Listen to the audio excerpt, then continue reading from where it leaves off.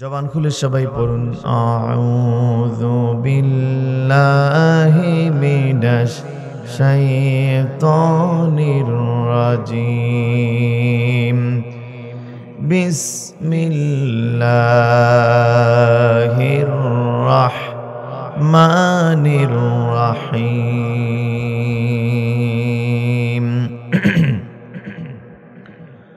قال فمن ربكما يا موسى قال ربنا الذي أعطى كل شيء خلقه ثم هدى আমি আপনাদের সামনে সূরা তহা আমি সূরা তহা থেকে আমি তেলাওয়াত করেছি 49 এবং 50 নম্বর আয়াত। আমরা এখানে এই দুটো আয়াতে আল্লাহ রাব্বুল আলামিন ছোট্ট একটা আয়াতের মাত্র একটা শব্দ নিয়ে আমরা কথা বলবো, সেটা হচ্ছে রব শব্দ নিয়ে। কোন শব্দ নিয়ে কথা হবে? রব। রব মানুষের জীবনে, মুসলমানদের জাতীয় জীবনে বহুল ব্যবহৃত একটা শব্দ। দেখেন, যখন আমরা কোরআন তেলাওয়াত করি, কোরআনুল কারীম আল্লাহ শুরু করেছেন রব শব্দ দিয়া, আলহামদুলিল্লাহি রাব্বিল আলামিন। আবার কোরআন শেষ করেছেন আল্লাহ রব শব্দ দিয়া, কুল আউযু বিরাব্বিন নাস। কোরআন নাজিল শুরু হয়েছে রব শব্দ দিয়া, ইকরা বিসমি রাব্বিকাল্লাযী খলাক। আবার কোরআন নাজিল শেষ হয়েছে, কোরআনের সর্বশেষ যে সূরাটা নাজিল হয়েছে সেই সূরার নাম হচ্ছে সূরাতুন নাসর, অর্থাৎ ইযা জা নাসরুল্লাহি ওয়াল ফাতহ ওয়া রাআইতান নাসা ইয়াদখুলুনা ফি দীনিল্লাহি আফওয়াজা ফাসাব্বিহ বিহামদি রাব্বিকা। এই যে এখানে রব শব্দ আছে, তার মানে কোরআন শুরু হয়েছে রব দিয়া, কোরআন শেষ হয়েছে রব দিয়া। কোরআন নাজিল শুরু হয়েছে রব দিয়া, কোরআন নাজিল শেষও হয়েছে রব দিয়া।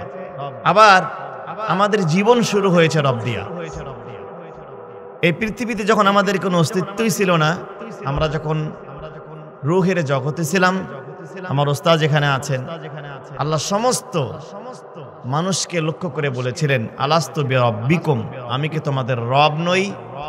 আমরা হিন্দু, খ্রিস্টান, বৌদ্ধ, নাসারা, আস্তিক, নাস্তিক, মুসলিম, অমুসলিম, ইমানদার, বেঈমান, প্রত্যেকটা জনগোষ্ঠীর প্রত্যেকটা মানুষ সমস্বরে এক বাক্যে সেদিন বলে উঠেছিল, ক্বালু বালা, হ্যাঁ অবশ্যই আপনি আমাদের রব। তার মানে আমাদের জীবনও শুরু হয়েছে কি দিয়া? রব দিয়া। আবার জীবনটা একদিন শেষ হয়ে যাবে। রাসূল বলেন, যখন আপনার আত্মীয় স্বজন, পরিবারের লোকজন কবরে রেখে চলে যাবে, ইন্নাহু করাআনি আলিহিম, আপনার ছেলে এই ঠান্ডায় আপনাকে কবরে শুয়ে দিয়ে সে হেঁটে হেঁটে ঘরে যাবে, আপনার ভাই যাবে, পাড়া প্রতিবেশী যাবে। রাসূল বলে, ইন্নাহু করাআনি আলিহিম, কবরে শায়িত ব্যক্তিটা যারা তাকে দাফন করে বাড়ি যাচ্ছে, এদের পায়ের জুতার যে খটখট আওয়াজ হয়, এটাও তিনি কবর থেকে শুনতে পান। এই লোকগুলো 40 কদম যেতে না যেতেই দুজন ফেরেশতা আসবে, আতাহু মালাকান, দুজন ফেরেশতা আসবে। এদের সম্পর্কে রাসূল বর্ণনা দিচ্ছেন, আসওয়াদান। এই দুইজন ফেরেশতার গায়ের রং হবে প্রচন্ড রকমের কালো। সাউদুন মানে কালো, আল্লাহ এখানে আসওয়াদ ব্যবহার করেছেন সুপারলেটিভ ডিগ্রি, ব্ল্যাকেস্ট, ব্ল্যাকার ব্ল্যাকেস্ট, সবথেকে ঘন কালো যেটা, তাদের চেহারা হবে কালো। আর জাকন, এই দুইজন ফেরেশতার চোখের রং হবে হলুদ বর্ণের। আচ্ছা বলেন তো ভাই, যদি রাত 10টায় আপনাকে আমাকে দাফন করে কবরের ভেতরে আলো পৌঁছবে? দুনিয়াতে রাতের পর দিন আসবে, অমাবস্যার পরে পূর্ণিমার চাঁদ আসবে, কিন্তু কবরে কোনোদিন সূর্যের আলো পৌঁছবে? একে তো কবরের অন্ধকার, আবার মুনকার নাকিরের গায়ের রং হবে কালো, চোখ দুটা হবে হলুদ বর্ণের। রাসূল বলেন, আহাদুহুমা মুনকার ওয়াল আখিরু ওয়ান নাকির, প্রথম জনের নাম হচ্ছে মুনকার, দ্বিতীয় জনের নাম হচ্ছে নাকির। এরা কবরে এসে প্রশ্ন করবে, মানির রহমান, এই প্রশ্ন করবে, মানির রহিম, মানির রাজ্জাক, মানিল খালেক প্রশ্ন করবেন না, তারা প্রশ্ন করবে মার রব্বুকা, বলবেন না সুবহানাল্লাহ। তার মানে আপনার জীবন শুরু হয়েছিল রব দিয়া, আবার জীবনে যেদিন সন্ধ্যা নেমে আসবে, জীবনটা যেদিন শেষ হয়ে যাবে, যেদিন আপনার জীবনে রাত নেমে আসবে, আপনার জীবনের প্রথম পরীক্ষার প্রথম প্রশ্ন হবে রবকে নিয়ে। শুধু কি তাই? আমরা যারা নামাজ আদায় করি, একজন দৈনন্দিন যিনি 5 ওয়াক্ত নামাজ পড়েন, শুধু নামাজের মধ্যেই 352 বার তিনি রব শব্দটা উচ্চারণ করেন। দেখেন না, সুবহান রাব্বিয়াল আযীম রুকুতে পাঠ করি, আবার রুকু থেকে ওঠার সময় সামি আল্লাহু লিমান হামিদা রব্বানা লাকাল হামদ, আবার যখন সিজদা যাই সুবহান রাব্বিয়াল আলা। তার মানে একজন মুসলিমের জীবনের প্রত্যেকটা জায়গায়, নামাজে বলেন, সে যেখানে থাকুক, রব শব্দের সাথে মুসলমানের সম্পর্ক আছে না নাই? আমার ভাইরা, শুধু কি তাই, কোরআনে যত শব্দ আল্লাহ ব্যবহার করেছেন, রব শব্দ সবথেকে বেশি 900 জায়গায় আল্লাহ রব শব্দ ব্যবহার করেছেন। শুধু সূরা রহমানেই 33 জায়গায় আল্লাহ রব শব্দ ব্যবহার করেছেন। আল্লাহ পাক বলছেন ফাবি আইয়ি আলাই রাব্বিকুমা তুকাজ্জিবান, সব জায়গায় রব। এবং আপনারা জানেন যত নবী রাসূল পৃথিবীতে আগমন করেছেন, সমস্ত নবী রাসূলদের দোয়া ছিল, আর অধিকাংশ 95% দোয়ার মধ্যে রব শব্দটা আছে।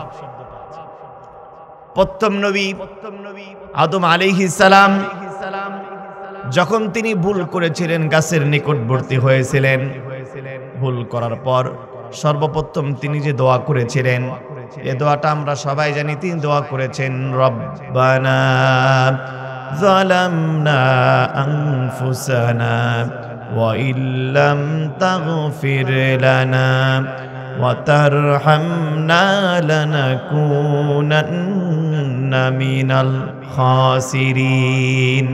রব শব্দ এখানে আসলে নেই। আবার ইব্রাহিম আলাইহিস সালাম যখন কাবা নির্মাণ শেষ করলেন, তার ছোট্ট ছেলে ইসমাইল আলাইহিস সালামকে নিয়ে কাবা শেষ করার পরে তিনি 2 হাত তুলেন, ছেলে আর বাবা দুজন মিলে দোয়া করছেন, ওয়া ইয ইয়ারফাউ ইব্রাহিমুল কওয়াইদা মিনাল বাইতি ওয়া ইসমাঈল রব্বানা তাকাব্বাল মিন্না ইন্নাকা আনতাস সামিউল আলিম।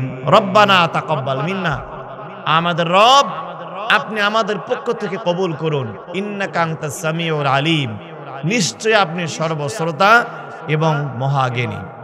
আবার আইয়ুব আলাইহিস সালাম 18 বছর ধরে তিনি যখন রোগের যন্ত্রণায় ভুগতেছিলেন, তিনি এবার দোয়া করলেন রব্বি আন্নী মাসসানিয়াদ দুররু ওয়া আনতা আরহামুর রাহিমিন। রব্বি আন্নী মাসসানিয়াদ দুররু, আল্লাহ আমাকে, আমি অতিষ্ঠ হয়েছি, আমাকে রোগ এমন ভাবে গ্রাস করেছে, তুমি আমাকে, রব্বি আন্নী মাসসানিয়াদ দুররু ওয়া আনতা আরহামুর রাহিমিন, তুমি তো আরহামুর রাহিমিন, আমাকে রোগ থেকে তুমি মুক্ত করে দাও, বলেন সুবহানাল্লাহ। সমস্ত নবীরা, জাকারিয়া আলাইহিস সালাম দোয়া করেছেন রব্বানা রব্বি হাবলি মিন লাদুনকা যুররিয়াতান তাইয়্যিবা, আল্লাহ আমাকে নেককার সন্তান দাও। এরপরে আমরা প্রত্যেকটা দোয়ায় পড়ি রব্বানা আতিনা ফিদ দুনিয়া হাসানাতাম ওয়া ফিল আখিরাতি হাসানাতাম ওয়া কিনা আযাবান্নার। এরকম কোরআনের পৃষ্ঠায় পৃষ্ঠায়, আয়াতে আয়াতে, লাইনে লাইনে, পারায় পারায়, সূরায় সূরায় রব শব্দ আছে না নাই? এখন রব কাকে বলে? যেহেতু আমরা তাফসীর মাহফিল লিখেছি, আপনারা বিরক্ত হচ্ছেন নাকি ভাইরা? কোরআন হাদিসের বাইরে কোনো আমরা কথা বলবো না, আমরা রব শব্দ নিয়ে কথা বলবো। রব কাকে বলে? রবের পরিচয় হচ্ছে তারবিয়াতুশ শাইই ইলা কামালিহি শাইআন ফাশাইআন। যার কোনো অস্তিত্ব ছিল না, যার কোনো স্ট্রাকচার ছিল না, যার কোনো অবকাঠামো ছিল না, যার কোনো নমুনা ছিল না, নমুনা ছাড়া অস্তিত্বহীন থেকে যিনি কোনো কিছুকে অস্তিত্বে আনতে পারেন, নমুনা ছাড়াই কোনো কিছু যিনি সৃষ্টি করতে পারেন, তাকে বলা হয় রব। জোরে বলবেন না সুবহানাল্লাহ? সবাই আমার সাথে বলেন তো, রব কাকে বলে? অস্তিত্ব ছাড়া, নমুনা ছাড়া, ফর্মুলা ছাড়া যিনি কোনো কিছু সৃষ্টি করতে পারেন তাকে বলা হয়। ওলামায়ে কেরাম আরো বলছেন, যখন যার জন্য যেটা যেভাবে যতটুকু প্রয়োজন, ভালো করে বোঝেন, যখন যেভাবে যতটুকু প্রয়োজন তখন সেটা সেভাবে যিনি দেন তিনি হচ্ছেন রব। যখন যেটা যেভাবে প্রয়োজন চাওয়ার আগেই যিনি দেন তিনি হচ্ছেন রব। পৃথিবীতে কোন নেতা এমন আছে যিনি চাওয়ার আগে দেন? কেউ আছে এরকম? আমাদের ছাত্ররা তো চেয়েছিল, তারা বলেছিল চেয়েছিলাম অধিকার, হয়ে গেলাম রাজাকার। ঠিক কিনা? এদেশের লক্ষ লক্ষ ছাত্র জনতা জুলাই বিপ্লবে তারা এই সরকারের পদত্যাগ চায় নাই। প্রথমে তারা স্বৈরাচারের পতন চায় নাই, তারা ছোট্ট একটা অধিকার চেয়েছিল। মেধার ভিত্তিতে চাকরিতে নিয়োগের তারা দাবি করেছিল। তারা বলেছিল আমরা চাইলাম অধিকার, হয়ে গেলাম রাজাকার। দুনিয়ার মানুষের কাছে চাইলে দেয়ই তো না, বরঞ্চ গলা ধাক্কা দিয়ে বের করে দেয়। সরকারের কাছে জনগণ চাবে, ছাত্ররা চাবে, এটা তাদের ফান্ডামেন্টাল রাইটস, এটা তাদের অধিকার। সরকার তাদের অধিকার নষ্টই শুধু করে নাই, বরঞ্চ নিরীহ ছাত্র জনতার উপরে তারা গুলি করে 2000 ইয়াং জেনারেশনকে, 2000 তাজা যুবক যুবতীকে দুনিয়ার জমিন থেকে তারা বিদায় করেছে। কথা বলেন ঠিক কিনা? আমার ভাইরা, এই যেই বাংলাদেশ দাঁড়িয়ে আছে শহীদদের রক্তের উপরে, যেই বাংলাদেশের স্বাধীনতা অর্জিত হয়েছে, 2000 মানুষের জীবনের বিনিময়ে 20,000 মানুষ আহত হয়েছে, 400 যুবক যুবতীর চোখ হারিয়েছে। সেই বাংলাদেশকে নিয়ে আবার নতুন করে পায়তারা শুরু করেছে। কথা বলেন ঠিক কিনা? আমার ভাইরা, তারা এখন শুরু করেছে মিজানুর রহমান আজহারিকে নিয়ে। আজহারি কি বলছে? আজহারি বলছে একদল খেয়ে গেছে আর একদল খাওয়ার জন্য রেডি হয়ে আছে। বাংলাদেশে 48টা রাজনৈতিক নিবন্ধিত রাজনৈতিক দল, কারো গায়ে লাগলো না। এদেশে 48,000 পীর, কোন পীরের গায়ে লাগলো না। এদেশের 3.5 লক্ষ মসজিদের খতিব, ইমাম, মুয়াজ্জিন, তাদের কারো গায়ে লাগলো না। আপনার গায়ে কেন লাগলো? কথা বলেন ঠিক কিনা? কেন লাগলো? তার কারণ আছে। কারণ হলো কোন একজন ব্যক্তির কাঁঠাল হারায় গেছে। কি হারাইছে? কাঁঠালে, যিনি কাঁঠাল গাছের মালিক, তিনি জানেন আমার কাঁঠাল কে চুরি করছে। তিনি বলছেন আগামীকাল এরকম মাঠের মধ্যে গ্রামবাসী সবাইকে ডাকাও। সবাই আসছে। আসার পরে বলছে গত রাত্রে যে আমার কাঁঠাল চুরি করছে ওর মাথার মধ্যে এখনো ওই কাঁঠালের আঠা লেগে আছে। চোরের হাত কোথায় গেছে? কথা বলেন না কেন? অন্য কারো হাত যাবে? চোরের হাত কিন্তু ঠিকই মাথায় গেছে, অন্য কারো হাত যায় নাই। ডক্টর মিজানুর রহমান আজহারি তিনি বলেছেন একদল খেয়ে গেছে আর একদল খাওয়ার জন্য রেডি আছে। এদেশের 48টা রাজনৈতিক দল যারা নিবন্ধনকৃত, কারো গায়ে লাগলো না, কোন পীরের গায়ে লাগলো না, কোন হুজুরের গায়ে লাগলো না। আপনার গায়ে যখন লেগেছে আমরা বুঝতে পেরেছি আপনাদের এরকম বাইপাস রাস্তা দিয়ে খাওয়ার অভ্যাস আছে। মনে রাখবেন, একদল আলেমদের সাথে খারাপ ব্যবহার করে বাংলাদেশ থেকে পালাতে বাধ্য হয়েছে। আবার নতুন করে যদি আলেমদের অপমান করতে চান, ডক্টর মিজানুর রহমান আজহারিকে নিয়ে যদি খেলতে চান, এদেশে এত বড় আগুন জ্বলবে, বঙ্গোপসাগরের পানি দিয়ে সে আগুন নিভাতে পারবেন না। আমার ভাইরা, সেই দলের একজন নেতা বলছেন কোরআনের সাথে নাকি রাজনীতির সম্পর্ক নাই। এরকম কথা শুনছেন কি শোনেন নাই? আমি ওই দলের ওই নেতাকে বলতে চাই,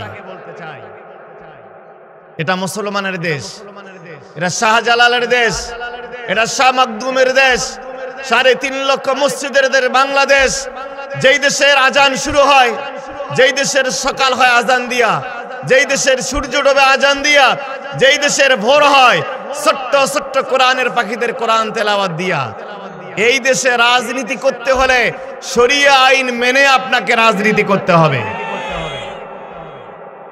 তার কারণ রাজনীতির মানে হলো সুশাসন প্রতিষ্ঠা করা। সুশাসন প্রতিষ্ঠা থাকলেই আপনাদের নেতা লুৎফুজ্জামান বাবর সাহেব 17 বছর কারাগারে থাকা লাগতো না। কথা বলেন ঠিক কিনা?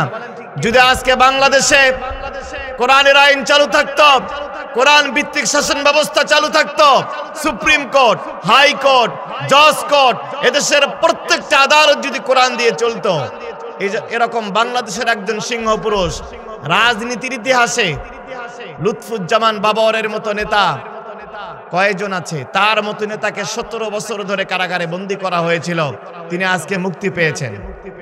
তার 17 বছরের একটা বাচ্চা মেয়ে আছে, জন্মের সময় তিনি জেলখানায় গেছেন আর বেরিয়ে আসছেন যখন তার মেয়েটার বয়স 17 বছর।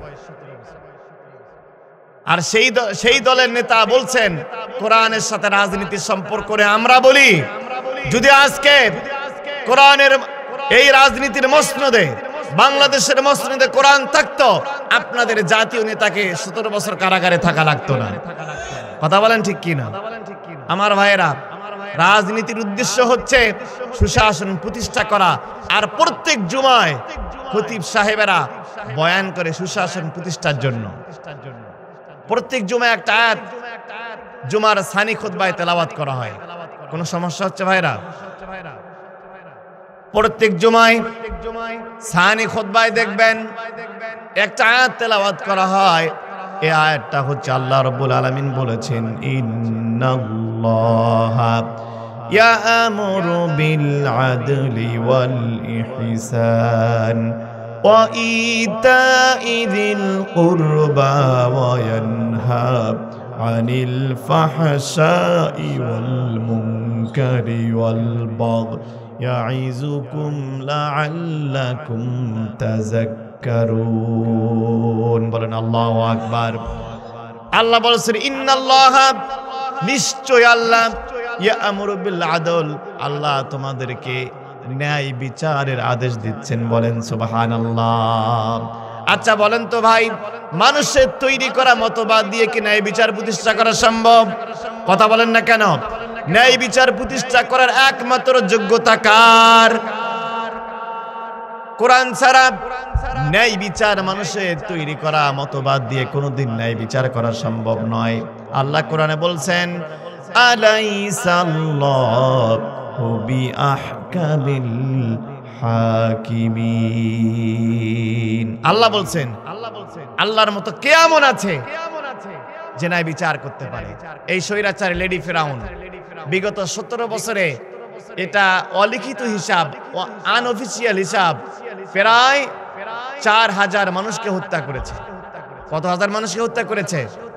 4000 মানুষকে হত্যা করার পরিবর্তে তাকে ফাঁসি কয়বার দেওয়া যাবে? ফাঁসি দেওয়া যাবে কয়বার? সর্বোচ্চ একবার। দুনিয়ার আইনে ফাঁসি হবে কয়বার? কিন্তু মারা গেছে কতগুলা মানুষ?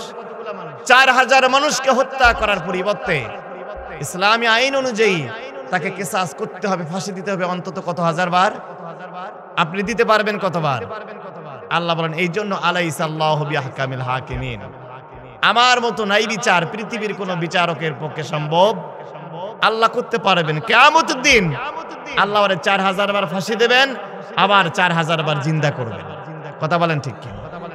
যেই মুসলমানদের দৈনিক প্রত্যেক জুমায় প্রত্যেকটা বাংলাদেশের প্রত্যেকটা গ্রামগঞ্জে, প্রত্যেকটা পল্লীতে, প্রত্যেকটা শহরে সানি খুতবার বয়ান থেকে ভেসে আসে, ইন্নাল্লাহা ইয়া'মুরু বিল আদলি ওয়াল ইহসান ওয়া ইতা'i যিল কুরবা।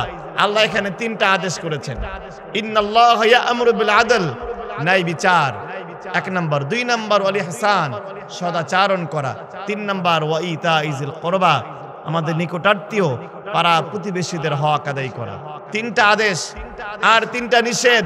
ওয়ানহা আনিল ফাহশাই ওয়াল মুনকার, আল্লাহ নিষেধ করেন অশ্লীলতা, বেহায়াপনা, গান বাজনা, জুয়া, লটারি, টেন্ডারবাজি, ধান্দাবাজি, সমস্ত রকমের অন্যায় অপকর্ম। 2 নম্বর ওয়াল মুনকার, গরিহিত কাজ, 3 নাম্বার আল বাগী, সমস্ত রকমের জুলুম থেকে। বলেন না সুবহানাল্লাহ। যেই মুসলমানদের কোরআন, যেই মুসলমানদের জুমার নামাজের, প্রত্যেক নামাজের জুমার নামাজের এমন কোন মসজিদ নাই যেই মসজিদের সানি খুতবা একটা তেলাওয়াত করা হয় না। তেলাওয়াত করা হয় কি হয় না? আমরা প্রত্যেক জুমায় শিক্ষা নেই ইমামের বয়ান থেকে ন্যায় বিচার করার জন্য, আর রাজনীতি করার উদ্দেশ্য হলো ন্যায় বিচার প্রতিষ্ঠা করা।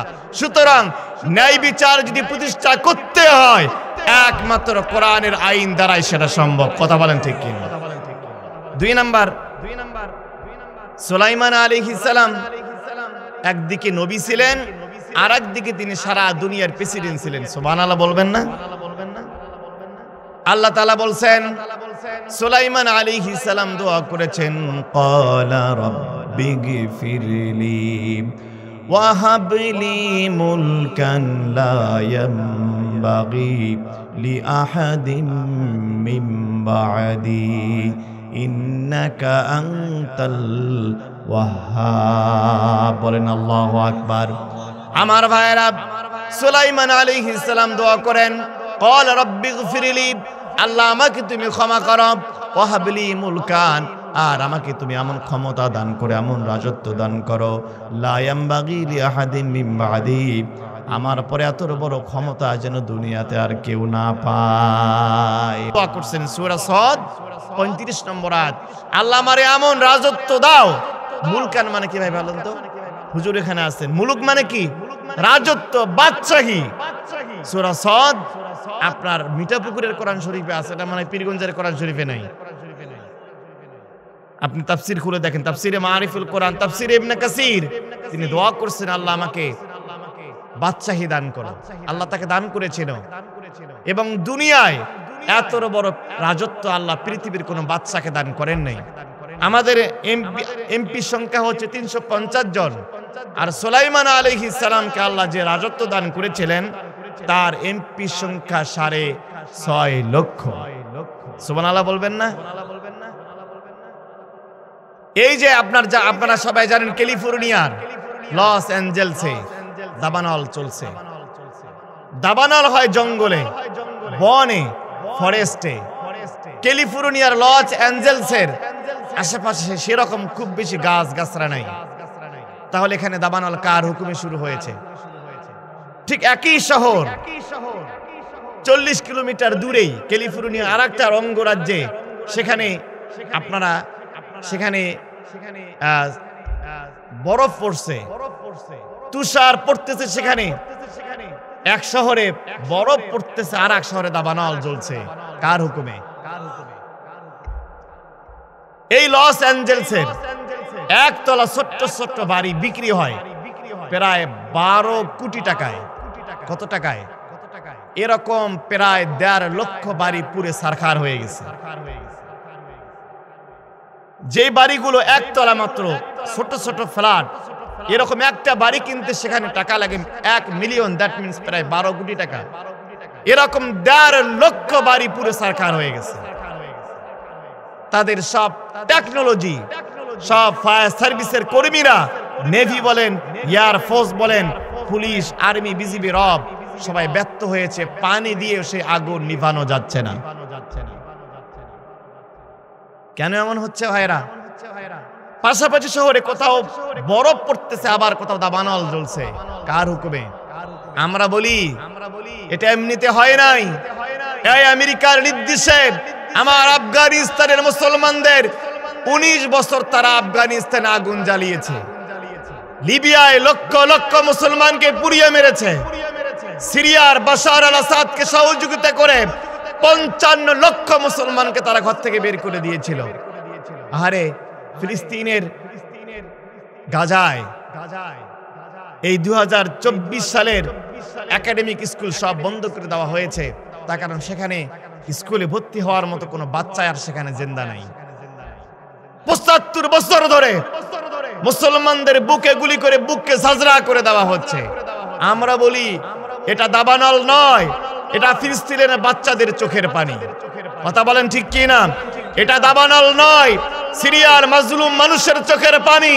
চীনের উইঘুর মুসলমানের চোখের পানি, কাশ্মীরের মুসলমানদের চোখের পানি, রাখাইনের মুসলমানদের চোখের পানি, বাংলাদেশের কোরআনের পাখি মাজলুম আলেমদের চোখের পানি। আমরা আমেরিকাকে বলতে চাই, এখান থেকে শিক্ষা নাও। এখান থেকে শিক্ষা নিয়ে যদি ফিলিস্তিনের পক্ষে না দাঁড়াও, নেতানিয়াহুর পক্ষে, ইহুদিদের পক্ষে আরেকবার যদি দাঁড়াও, এত বড় দাবানল হবে, তোমাদের হোয়াইট হাউস পুরে সরকার হয়ে যাবে। আমার ভাইরা, আমি বলছিলাম সুলাইমান আলাইহিস সালাম দোয়া করেছেন আল্লাহ তাআলার কাছ থেকে ক্ষমতা চেয়ে, আর মূর্খ নেতা, মূর্খ দলের রাজনৈতিক লিডার বলে কোরআনের সাথে নাকি রাজনীতির সম্পর্ক নাই। কথা বলেন ঠিক কি না? আচ্ছা ভাইরা, এই যে আমরা বাংলাদেশে 3.5 লক্ষ মসজিদ, এই মসজিদে একটা জায়গা আছে যার নাম হলো মেহরাব। এটার নাম কি? মেহরাব। মসজিদে আছে না নাই? মেহরাব শব্দের অর্থ হলো হারবুন মানে যুদ্ধ, আর মেহরাব মানে হলো যুদ্ধের অস্ত্র রাখার জায়গা। মেহরাবের নিচে কি থাকার কথা? অস্ত্র থাকার কথা। আমি রংপুরে একটা মসজিদে মাগরিবের নামাজ পড়লাম, দেখলাম একজন ইমাম সাহেব তার জুতা নিয়ে এসে মেহরাবের নিচে রাখলেন। নাউজুবিল্লাহ বলবেন না? আচ্ছা, মেহরাবের নিচে কি রাখার কথা? আর আমাদের ইমামেরা রাখতেছে কি? যারা হজ করতে গিয়েছেন, এখানে কোনো হাদিস সাহেব আছেন নাকি? যাক, হয়তো পিছনে আছেন। সৌদি আরবের মক্কা মদিনায় স্বর্ণের দোকানে কোটি কোটি টাকা স্বর্ণ পড়ে আছে, সব, কোনো শাটার নাই, সিকিউরিটি নাই, কোনো গার্ড নাই, দারোয়ান নাই, পেওন নাই, দোকানের ঝাপ খোলা রেখে আজান হলেই তারা মসজিদে চলে যাচ্ছে। আবার বাংলাদেশের মসজিদে নামাজের কাতারের সামনেই বিশ্বের অন্তত 57টা মুসলিম রাষ্ট্রে কাতারের সামনে থাকে কোরআন শরীফ। তারা 2 মিনিট সময় পেলে কোরআনের একটা আয়াত তেলাওয়াত করে, একটা সূরা তেলাওয়াত করে। আর আমাদের কাতারের সামনে জুতার বাক্স। কথা বলেন ঠিক কি না? আমাদের কাতারের সামনে জুতার বাক্স নাই। ঢাকা শহরের মসজিদগুলোতে যান, আপনার সেজদার সামনে জুতা। সৌদি আরবে স্বর্ণের দোকান খোলা থাকে, স্বর্ণ চুরি হয় না। আর আপনার দেশে এক জোড়া বার্মিজ জুতার লোভ চোর সামলাতে পারে না। এর কারণ হলো ওখানে চলে কোরআনের আইন, আর এখানে চলে মানুষের তৈরি করা তাগুতের আইন। কথা বলেন ঠিক কি না? আমার মুসলমান বিশ্বাস করেন, বিগত 53 বছর ধরে এই দেশটাকে শাসন করেছে 3টা গোষ্ঠী, 3টা দল, যারা আজকে বাংলাদেশকে বৈষম্য মুক্ত করার কথা বলছেন। বাংলাদেশকে বৈষম্য মুক্ত আপনারা করতে পারবেন না। এই 3টা বড় বড় দল দেখেন, বাবা মারা গেছে, মেয়ে প্রধানমন্ত্রী হয়েছে, স্বামী মারা গেছে, বউ প্রধানমন্ত্রী হয়েছে, ভাই ছিল রাষ্ট্রপতি, তার বড় ভাই, তার ছোট ভাই জিএম কাদের হয়েছে দলের চেয়ারম্যান। আপনারা নিজেরা তো বৈষম্য মুক্ত করতে পারেন নাই, বংশতান্ত্রিক রাজনীতি আপনারা করছেন। সুতরাং বংশতান্ত্রিকতার বাইরে, বৈষম্যর বাইরে একটাই যদি দল রাজনীতি করতে পারে, তারাই হলো ইসলামী দল। কথা বলেন ঠিক কিনা? বাংলাদেশের 48,000 পীর আছে, তারা বৈষম্য থেকে বের হতে পারে নাই। পীর সাহেব যখন মারা যায়, ছেলেকে গদ্দি নিষেধ করে যায়, আমার মৃত্যুর পরে আমার ছেলে হবে পীর সাহেব। কথা বলেন ঠিক কিনা? আপনি দেখান তো কোন পীর সাহেব আছে মারা যাওয়ার সময় বলে গেছে আমার বাড়ি রংপুরে, ওই বরিশালের একজন মুরিদকে খলিফা বানাও? কেউ বলে গেছে? নিজের ছেলেকে উইল করে যায়। সুতরাং যেই 3টা বড় বড় দল বাংলাদেশকে 53 বছর শাসন করেছেন, নিজেরাই বৈষম্য মুক্ত করতে পারেন নাই, বাংলাদেশকে কেমনে বৈষম্য মুক্ত করবেন? আগে নিজেরা বৈষম্য মুক্ত করেন, নিজের দলকে বৈষম্য মুক্ত করেন, নিজের নেতা কর্মীকে বৈষম্য মুক্ত করেন, তারপরে বাংলাদেশ বৈষম্য মুক্ত করার স্বপ্ন আপনারা দেখেন। এই 53 বছরে নিজের দলের ভাগ্যের পরিবর্তন হয়েছে, নেতাদের ভাগ্যের পরিবর্তন হয়েছে, কর্মীদের ভাগ্যের পরিবর্তন হয়েছে। এদেশের খেটে খাওয়া দিনমজুর সাধারণ মুসলমানদের ভাগ্যের পরিবর্তন হয় নাই। মানুষের ভাগ্যের যদি পরিবর্তন করতে হয়, এদেশের মানুষের ভাগ্যের চাকা যদি ঘোরাতে হয়, একমাত্র শুধুমাত্র কোরআনের শাসন দ্বারাই সেটা সম্ভব। কথা বলেন ঠিক কিনা? আমি মিঠাপুরের মুসলমানদের কাছে জানতে চাই, বিগত 53 বছরে আমরা অনেককেই দেখেছি আমাদের বক্তব্য হচ্ছে সব দলকে দেখা শেষ, আল কোরআনের। সবাইকে বলতে হবে সব দলকে দেখা শেষ, আল কোরআনের। এই আল কোরআনের বাংলাদেশ বিনির্মাণ করতে গিয়ে যদি প্রয়োজন হয় আর একবার গণবিপ্লব হবে, আর একবার গণজাগরণ হবে, আর একবার রেনেসা হবে, এই আন্দোলন হবে আল্লাহর জমিনে দিন কায়েম করার আন্দোলন, ন্যায় এবং সৎ লোকের শাসন প্রতিষ্ঠা করার আন্দোলন। এই আন্দোলন যদি ডাক দেওয়া হয়, কারা কারা সেই ডাকে সাড়া দিতে রাজি আছেন? দুই হাত তুলে আল্লাহকে দেখান।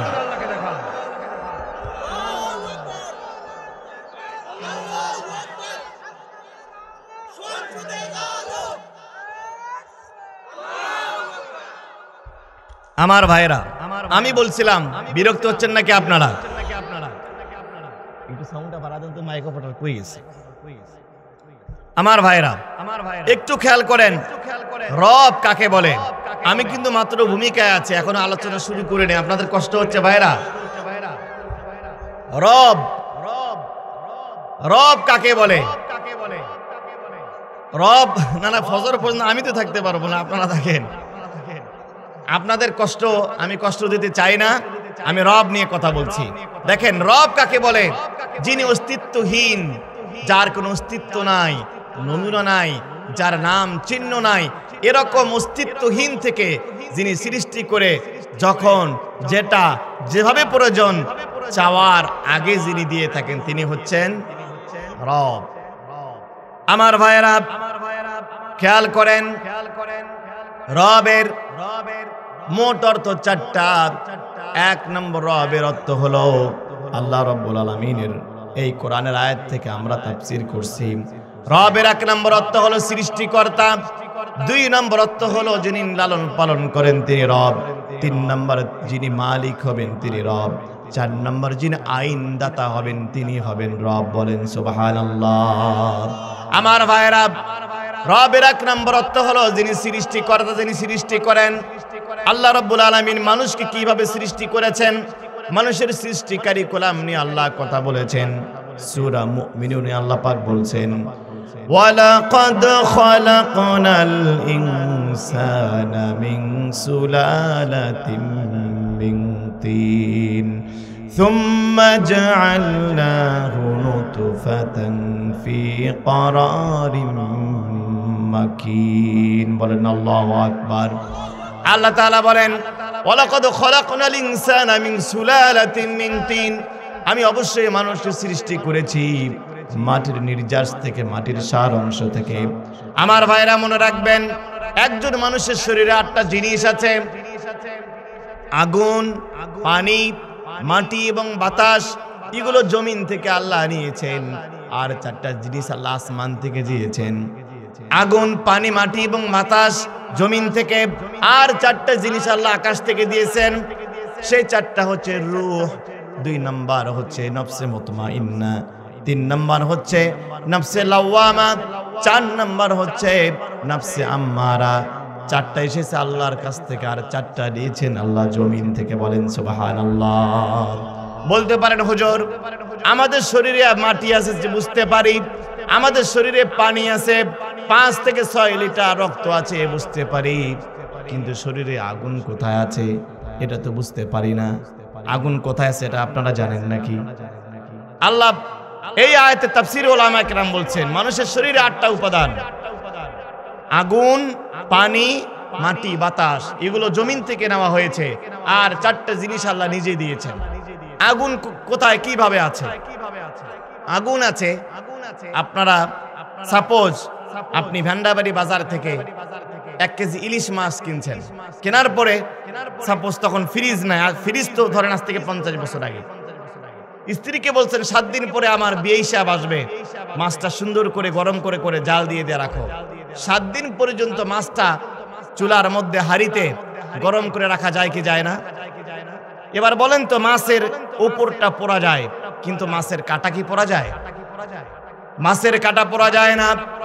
7 দিন ধরে আপনি জাল দিলেন, 7 দিন ধরে আপনি গরম করলেন, মাছের কাটা পোড়াতে পারলেন না। এবার যখন আমরা মাছ খাই, মাছ খাওয়ার সময় আমাদের গলার মধ্যে কাটা আটকায় কি আটকায় না?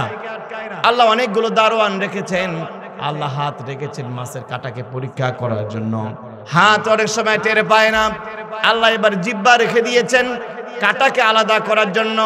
এই যে আমাদের জিহ্বা, এই জিহ্বা দিয়ে বিজ্ঞানীরা বলছেন 100 নয় 200 নয় 10,000 খাবারের স্বাদ নেওয়ার মতো টেস্টিং রিসেপ্টর আল্লাহ জিহ্বার মধ্যে দিয়ে দিয়েছেন।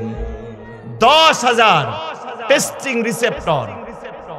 আমরা দৈনন্দিন খাই মাছ, গোস্ত, ডিম, শাক, সবজি সব মিলে 10-15 প্রকারের আইটেম হবে, কিন্তু আপনার জিহ্বা দিয়া অন্তত 10,000 প্রকারের খাবারের স্বাদ আপনার জিহ্বায় নিতে পারবেন। কাঁটাটা হাত টেরে পেল না, জিহ্বাও টেরে পেল না, চোখও টেরে পেল না, এবার কাঁটাটা গলার মধ্যে আটকে যায়। কথা বলেন ঠিক কিনা? দাদিরা বলে গরম ভাত খা, পানি বেশি করে খা, তাহলে কাঁটাটা কোথায় যাবে? পেটে যাবে। আমার ভাইরা একটু বলেন তো, গলার মধ্যে মুখের মধ্যে ফাঁক বেশি নাকি গলা থেকে নিচের দিকে ফাঁক বেশি? মুখের মধ্যে ফাঁক বেশি। আর এই গলা থেকে যেই ভেইন দিয়া, খাদ্যনালী দিয়া খাবারটা পাকস্থলীতে যাবে, স্টমাকে যাবে, এটা তো একবারে চিকন ভেইন। মুখের মধ্যে এত ফাঁক, তারপরও কাঁটা আটকাইলো। এই গলা থেকে যে আপনার খাদ্যনালীতে কাঁটাটা যাচ্ছে, কোনদিন কেমন হয়েছে গলা থেকে নিচের দিকে কাঁটা আটকায় গেছে বুকের মধ্যে? কেন হয় না?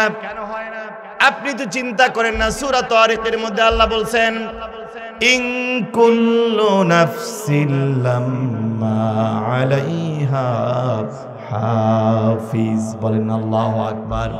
আল্লাহ বলেন, বান্দা তুমি তো টের পাও না, তুমি যখন একটা কাঁটাকে, তোমার খাবারকে গলাটা পার করে দাও, একজন ফেরেশতা ওই খাবারটা তার হাতের মুঠোয় নেয়, ফেরেশতা নিজ হাতে তোমার পাকস্থলীর মধ্যে পৌঁছায়া দেয়। এবার কাঁটা চলে গেল পেটের মধ্যে। যেই কাঁটা 7 দিন ধরে জাল দিলেন, আগুন পোড়াতে পারলো না, এই কাঁটা যখন পেটের মধ্যে চলে গেল, 24 ঘন্টার মধ্যেই ওই কাঁটাটাকে হজম করে আল্লাহ রাব্বুল আলামিন নরম বানায়া, টয়লেট বানায়া তোমার পায়খানা রাস্তা দিয়ে আল্লাহ কাঁটাটাকে বের করে দিচ্ছেন। বলেন সুবহানাল্লাহ। যদি এই কাঁটা পেটের মধ্যে গিয়ে পচে হজম না হতো, তাহলে আপনার মলদার এখানে সিজার করিয়ে কাঁটা বের করা লাগতো। ওই জিনিস যদি মলদার দিয়ে বের হয়, তাহলে জীবনে টয়লেট করতে পারতেন? আল্লাহু আকবার বলবেন না? তাহলে পেটের মধ্যে কিছু একটা আছে, যার কারণে মাছের কাঁটাও পুরে কি হয়ে যায়? টয়লেট হয়ে যায়, পায়খানা হয়ে যায়। এটাকে বলা হয় অগ্ন্যাশয়। নাম শোনেন নাই? যারা সায়েন্সের ছাত্র ভাইরা আছেন, পেটের মধ্যে একটা জায়গা আছে, এটাকে বলা হয় অগ্ন্যাশয়, যেইটা মানুষের সমস্ত খাবারগুলোকে বার্ন করে, পুড়িয়ে ফেলে, সব কিছুকে নরম বানায়া আল্লাহ রাব্বুল আলামিন পায়খানা আকারে নরম করে মলদার দিয়ে বের করে দিচ্ছে। আমার ভাইরা, আমাদের শরীরে পানি আছে, আমাদের শরীরে বাতাস আমরা নেই। এই যে বাতাস আপনি নিচ্ছেন, বিজ্ঞানীরা বলছেন একজন মানুষ 1 মিনিটের মধ্যে 72 বার সে নিঃশ্বাস নিচ্ছে এবং নিঃশ্বাস গ্রহণ করতেছে। এই 72 বারে বিজ্ঞানীরা বলছেন, যারা পরিবেশ বিজ্ঞানী তারা বলছেন, একজন মানুষ 1 মিনিটে 72 বার তার শ্বাস প্রশ্বাস নিচ্ছে। একদিনে আল্লাহর একজন বান্দা 550 লিটার অক্সিজেন সে বাতাস থেকে গ্রহণ করতেছে। একজন মানুষ 550 লিটার অক্সিজেন আপনি বাতাস থেকে নিচ্ছেন। একজন মানুষের জন্য বড় বড় 22টা গাছের প্রয়োজন অক্সিজেন উৎপাদন করার জন্য। একজন মানুষের জন্য 22টা গাছের প্রয়োজন। দৈনিক জনকণ্ঠ পত্রিকা রিপোর্ট করেছে 8 আগস্ট 2023 সাল। তারা বলছেন, কোন মানুষ যদি একদিনের অক্সিজেনের বিল দিতে চায়, একদিন আপনি অক্সিজেন নিচ্ছেন 550 লিটার, কোন মানুষ যদি একদিন অক্সিজেনের বিল পরিশোধ করতে চায়, তাহলে অন্তত তাকে 66,000 টাকা আল্লাহকে দেওয়া লাগবে। আল্লাহু আকবার বলবেন না? একদিনেই কত টাকার অক্সিজেন নিচ্ছেন ভাই? 66,000। এটাকে পুরো পরিবারের নাকি একজনের? এবার আপনার স্ত্রীর দেন, আপনার 2টা সন্তানের দেন, মায়ের দেন, বাবার দেন, কত টাকার মালিক হয়েছেন আপনি? কিসের গরম দেখান? কত কোটি টাকার মালিক আপনি হয়েছেন? এক মাসের অক্সিজেনের বিল পরিশোধ করার সক্ষমতা আপনার মতো ধনী মানুষের নাই। আল্লাহু আকবার বলবেন না? রব তিনি বিনামূল্যে দিয়ে যাচ্ছেন। আল্লাহ তাআলা বলেন, বান্দা আমি তোমাকে সৃষ্টি করেছি মাটির নির্যাস থেকে।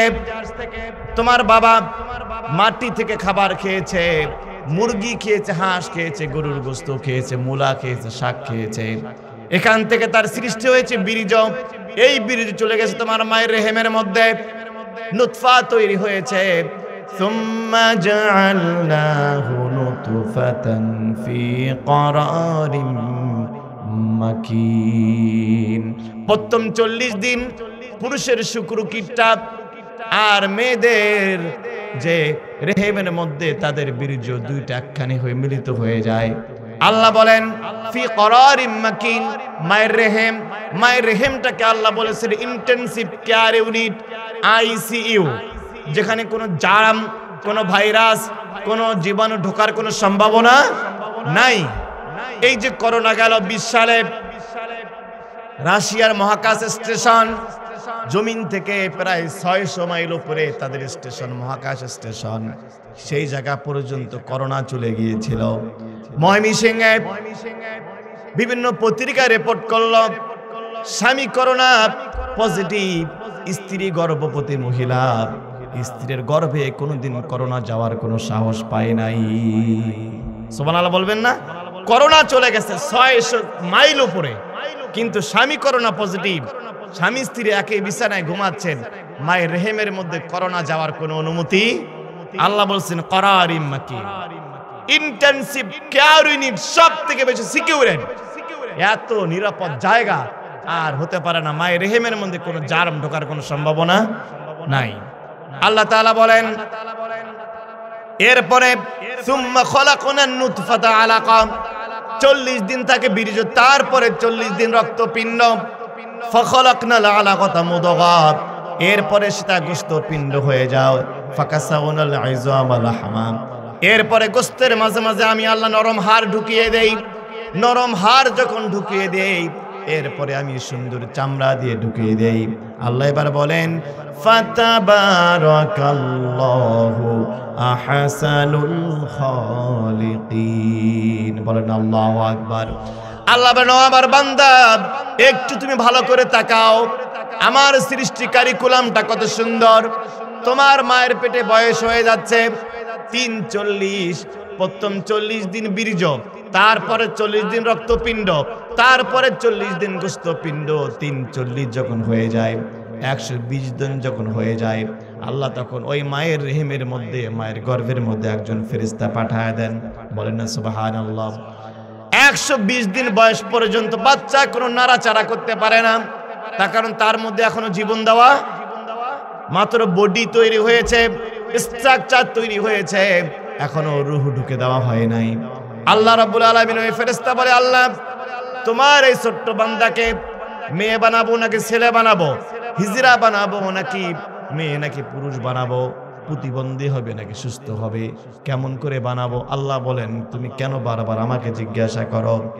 সূরা ইয়াসিনে আল্লাহ পাক জানেন ওয়া কুল্লা শাইইন আহসাইনাহু ফি ইমামিন মুবিন, বলেন আল্লাহু আকবার।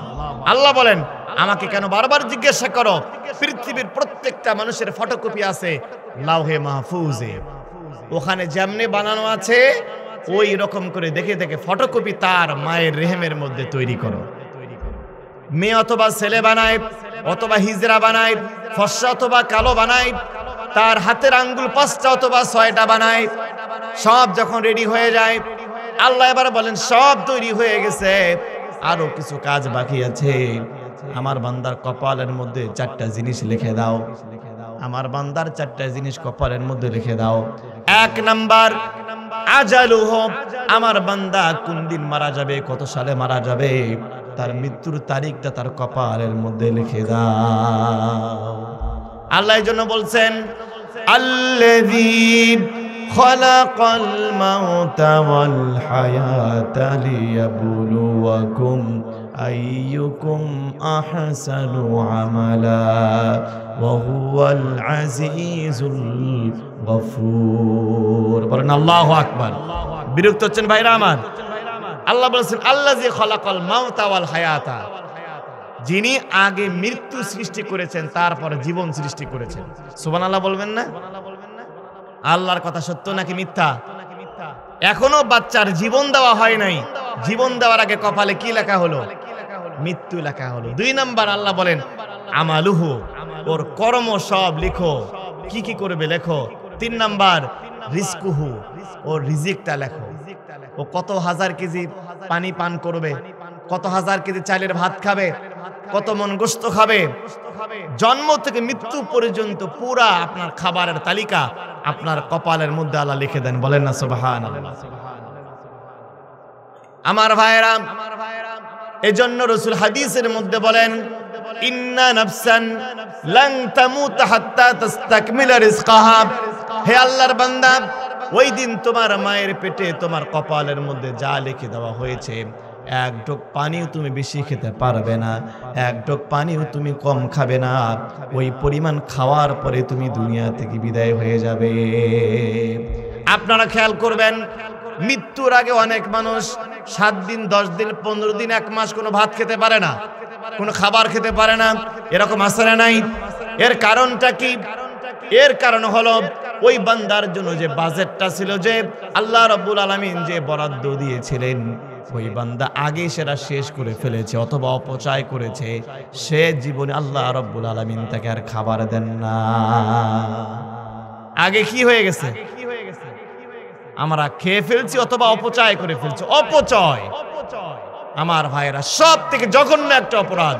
এই যে আমরা এখন কিছুদিন পরে জমিতে ধান বপন করব না ভাই? বিরক্ত হচ্ছেন? সবাই আমরা কৃষক ফ্যামিলি ছিলাম, আমি কৃষক পরিবারের সন্তান। একটা জমি যারা চাষ করেন, এই যে আমার অনেক মুরব্বী চাচারা আছেন, প্রচন্ড ঠান্ডার মধ্যে এই তো পানি দেওয়া হবে। আচ্ছা, হঠাৎ করে কি ভাই জমিতে ধান হয়? একটা জমি প্রথমে পানি দেওয়া হবে, এরপর আপনি পাওয়ার টিলার নেবেন, মহেন্দ্র নেবেন, চাষ করবেন। চাষ করার পর এখানে সার দিবেন, বেসন পারবেন, এটাকে উঠাবেন, বলান দিবেন, তারপর গাড়বেন। গাড়ার কিছুদিন পরে নিড়ানি দেবেন, এরপর ইউরিয়া দেবেন, আবার কিছুদিন পর আবার একটা হাত নিড়ানি দেবেন, আবার ইউরিয়া দেবেন। ধানের গাছ একটু বড় হবে, কীটনাশক দেবেন। এরপর ধান যখন ফুলবে আবার কীটনাশক দিবেন, এরপর পানি দেবেন, এরপর ধান পাকা শুরু হবে। এই যে আমার সম্মানিত কৃষক বাবাজিরা, এখন তো আমরা ভ্যানে করে অটোতে করে ধান উবাই, আগে 1 কিলো 2 কিলো থেকে বাঙ্কেতে করে ঘাড়ে করে ধান উবান নাই আপনারা? অনেকে এই যে স্কিমের আবাদ, সে কত দূর থেকে নামা জমি থেকে ঘাড়ে করে আমার সম্মানিত কৃষক ভাইরা মাথায় করে ঘাড়ে করে বাঙ্কা বেকা হয়ে যায়, বাঁকা হয়ে যায়, ধান বাড়িতে নিয়ে আসলো। এরপরে এখন তো মেশিন, আগে তো আমরা কি করছি? হাত দিয়ে ধান কোবাইছেন, ধান কোবানো হলো, আমার মা বোনেরা কষ্ট করে ধান সিদ্ধ করলো, রোদে শুকাইলো, এরপর শুকানোর পর রাইস মিলে নিয়ে যাওয়া হলো, রাইস মিলে চাল করা হলো। এরপর বাড়িতে আসার পরে আমার মায়েরা সুন্দর করে চালটা ঝাড়া দিল।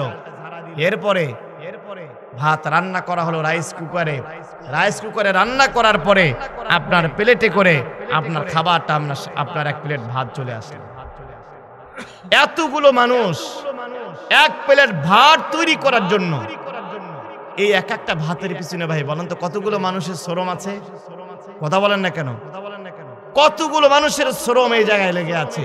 যখন আপনি আপনার সামনে খাবারটা যখন অর্ধেকটা খেয়ে অর্ধেকটা নষ্ট করে দেন, আল্লাহ বলেন বান্দা তুমি বড় অন্যায় কাজ করলে। তোর সামনে 1 প্লেট খাবার রেডি করার জন্য, 1 প্লেট ভাত রেডি করার জন্য আমার অসংখ্য বান্দা বান্দি শ্রম দিয়েছে। তবে খেয়াল করিস, মনে রাখবি, যখন খাবার নষ্ট করলি শেষ জীবনে গিয়া তুই খাবার পাবি না। কথা বলেন ঠিক কি না আমার ভাইরা? সাপোজ মনে করেন আজকের মাহফিলে সভাপতি আমি তাকে 500 টাকা হাদিয়া দিলাম, আমার সামনে যদি টাকাটা তিনি ছুঁড়ে মারেন, আমি কষ্ট পাবো না? আপনাকে মহব্বত করে আমি হাদিয়াটা দিলাম, আপনি ছুঁড়ে মারলেন। আল্লাহ বলেন যখন তোর সামনে আমি 1 প্লেট খাবার নিয়ে আসি, তোর সামনে যখন খাবার আমি আল্লাহ নিয়ে আসি, তুই যখন খাবারটা ফেলে দিস আমার বড় কষ্ট লাগে।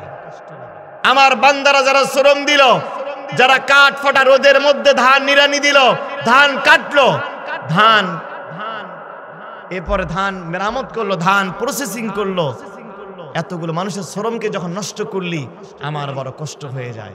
এই জন্য খাবার অবশ্যই আল্লাহ বলেন কুলু ওয়াশরাবু, তুমি খাও পান করো, ওয়ালা তুসরিফু, খবরদার অপচয় করবা না, ইন্নাহু লা ইউহিব্বুল মুসরিফিন, আল্লাহ অপচয়কারীকে পছন্দ করেন না।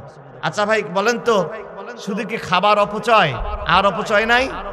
কথার মধ্যে অপচয়, আমরা বেহুদা কথা বলি। কাজী নজরুল ইসলাম 1942 সাল থেকে 76 সাল, প্রায় 34 বছর তিনি বোবা হয়েছিলেন, কথা বলতে পারেন নাই, কিন্তু লিখেছেন কিন্তু কথা বলতে পারেন নাই। এটা বাক্যের অপচয়।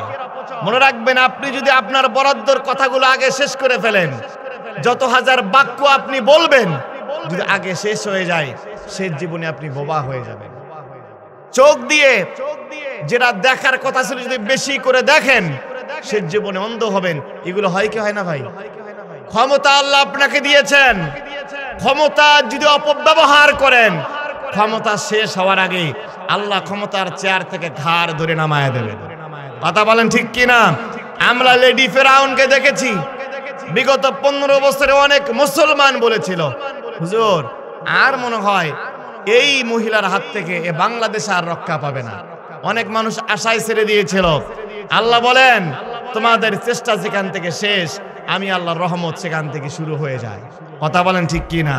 আল্লাহ রাব্বুল আলামিন এমন ভাবে বিদায় করেছেন লেডি ফেরাউন এবং তার দলকে, এমন ভাবে বিদায় করেছেন, বাংলাদেশে আগামী দিনে যদি এই স্বৈরাচারের দল নতুন করে আবার একত্রিত হওয়ার চেষ্টা করে, এদেশের মানুষ তাদেরকে জুতা পিটা করবে। কথা বলেন ঠিক কিনা? আল্লাহ বলেন আমি রব, তোমার জীবন দেওয়ার আগেই তোমার কপালে 4টা জিনিস লিখে দিয়েছি। প্রথমে লিখে দিয়েছি মৃত্যু, এরপর কর্ম, এরপর রিজেক্ট, 4 নম্বরে শাকিয়ুন আম সাঈদুন, তোমার ভালো মন্দ, তোমার সুখ দুঃখী হওয়া, এটা আমি আল্লাহ লিখে দিয়েছি। ফেরেশতা বলেন আল্লাহ এখন কি করব? ওর কি রূহ ঢুকায় দেব? আল্লাহ বলবেন আরেকটা কাজ বাকি আছে। আল্লাহ রাব্বুল আলামিন বলেন, সবাই আয়াতটা জানেন, আমার সাথে তেলাওয়াত করেন, মিনহা খালাকনাকুম, সবাই জানেন না? সবাই আমার সাথে পড়েন, মিনহা খালাকনাকুম ওয়া ফিহা নুঈদুকুম ওয়া মিনহা নুখরিজুকুম তারাতান উখরা। বলেন আল্লাহু আকবার। আল্লাহ বলেন আমার ফেরেশতা, আমার বান্দার সব রেডি হয়ে গেছে, এবার ওই ছোট্ট বান্দা অথবা বান্দির নাভির সাথে তার কবরস্থানের একটু মাটি তোমরা নাভির সাথে মিশিয়ে দাও। আমার ভাইরা, প্রত্যেকটা মানুষের নাভির সাথে তার কবরস্থানের মাটি মিশানো আছে, সব রেডি হয়ে যায়। আল্লাহ এবার বলেন ফাইদা সাওয়াইতুহু ওয়া নাফাখতু ফীহি মির রূহি ফাকউ লাহু সাজিদিন। আল্লাহ বলেন আলমে আরোহা থেকে এবার একটা রূহ নিয়ে এসে ওই ছোট্ট বডির মধ্যে রূহটা ঢুকায় দাও। এবার যখন জীবন দেওয়া হলো, এখন বাচ্চা হাত নাড়ায়, পা নাড়ায়, এবার মা বুঝতে পারে আমার ছেলে আর মেয়েটা পেটের মধ্যে বড় হচ্ছে। বলবেন না সুবহানাল্লাহ? আমার ভাইরা, রবের 1 নাম্বার অর্থ সৃষ্টিকর্তা, 2 নাম্বার অর্থ হচ্ছে রবের যিনি লালন পালন করেন তিনি হচ্ছেন রব। সবাই আমার সাথে পড়েন আলহামদুলিল্লাহি রাব্বিল আলামিন। আল্লাহ বলেন আমি সমস্ত জগতের পালন কর্তা, সমস্ত জগতের সব কিছুকে লালন পালন করি। কেমনে লালন পালন তিনি করেন? বাচ্চা জন্মগ্রহণ করার পরে আমার ভাইরা, বাচ্চার জন্য খাবারের দরকার। ছোট্ট মানুষ, তার দাঁত এখনো গজায় নাই, নরম নরম খাবার দরকার। আল্লাহ রাব্বুল আলামিন বাচ্চা দুনিয়াতে আসার আগে আল্লাহ রাব্বুল আলামিন মায়ের স্তনে খাবারের ব্যবস্থা করে রেখেছেন। আমরা অনেকে মনে করি মায়ের স্তনের মধ্যে দুধ থাকে, অথবা গরুর গাভীর ওলানের মধ্যে দুধ থাকে, কিন্তু না, আপনার অনেকে যখন গাভী কিনতে যান দুধ খাওয়ার জন্য, এই তো রমজান মাস আসতেছে, অনেকে দুধ খাওয়ার জন্য গাভী কিনবেন। সটিবাড়ি বাজারে আমরা যখন গাভী কেনার জন্য যাই, বলেন তো সবার আগে আপনি কোন দিকে তাকান? ওলানের দিকে দেখেন কি দেখেন না? তার মানে আমরা মনে করি ওলানটা যত বড় দুধ হবে তত বেশি। কথা বলেন ঠিক কিনা? কিন্তু আপনি যখন গাভী জবাই করা হয়, একটা গাভী যখন জবাই করা হয়, ওলানটা কেটে আপনি টুকরা টুকরা করেন, দেখবেন এক ফোঁটা দুধও কিন্তু ওলানের মধ্যে নাই। তাহলে দুধটা থাকে কোথায়? সূরা নাহলের ৬৬ নম্বর আয়াতে আল্লাহ জানছেন, একজন মা অথবা গরুর গাভীর মধ্যে, ওলানের মধ্যে অথবা মায়ের স্তনের মধ্যে দুধ থাকে না, দুধটা থাকে কোথায়? আল্লাহ বলেন, নুসকিকুম মিম্মা ফি বুতুনিহি মিন বাইনি ফারসিন ওয়া দামিল লাবানান খালিসান সাইগাল লিশ-শারিবিন। আল্লাহ বলেন, ও আমার বান্দা, তোমাকে সুস্বাদু দুধ আমি খাওয়াই। দুধটা থাকে কোথায়? মিন বাইনি ফারসিন, ফারসিন মানে গোবর, ওয়া দামিন, দামুন মানে রক্ত। বলেন না সুবহানাল্লাহ। গোবর এবং রক্ত গরুর আর মায়ের পায়খানা আর রক্তের মাঝখানে আল্লাহ রাব্বুল আলামিন দুধটা রেখে দেন। কেন গোবর এবং রক্তের মধ্যে রেখে দেন? রক্ত হলো গরম। মানুষের শরীরে 5 থেকে 6 লিটার রক্ত আছে। মিনিটে 5 মাইল বেগে রক্ত আমার মাথা থেকে পায়ের পাতায় চলতেছে, গতি হলো মিনিটে 5 মাইল চলে।